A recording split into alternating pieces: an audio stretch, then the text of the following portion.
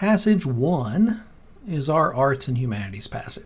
Every test has one. This one is about poetry and fiction. So the first paragraph does two things. The first thing it does is it establishes that in the United States, both in academia and more generally, there's a division between poetry and fiction. And second, it presents us with the opinions of writers who tend to support the division. They're the usual view. The decision is good. And it gives us the reason that they believe that, which has to do with the definitions that they attach to poetry and fiction. Poetry is about thoughts and feelings. It's lyrical.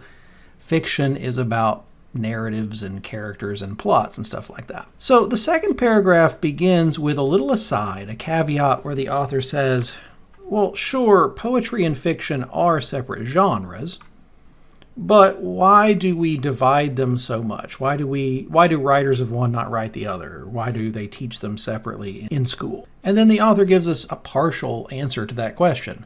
The reason that they're divided is because the culture in the U.S. is suspicious of generalists, people who try to do more than one thing at a time. So in the third paragraph, we get the author's view from basically the first word.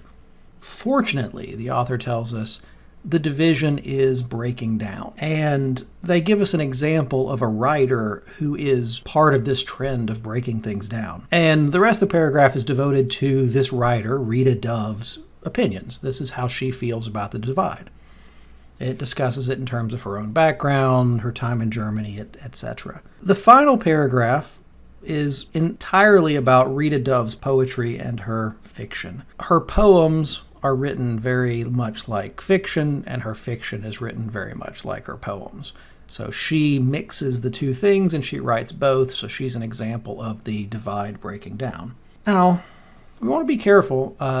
Even though the last two paragraphs did talk about Rita Dove pretty extensively, she's not the main point of the passage. She's an example used to prove the author's point. The author's point is, it's good that this traditional distinction or this traditional division between poetry and fiction is falling apart in America. Rita Dove's just an example of a writer who shows how it's breaking apart.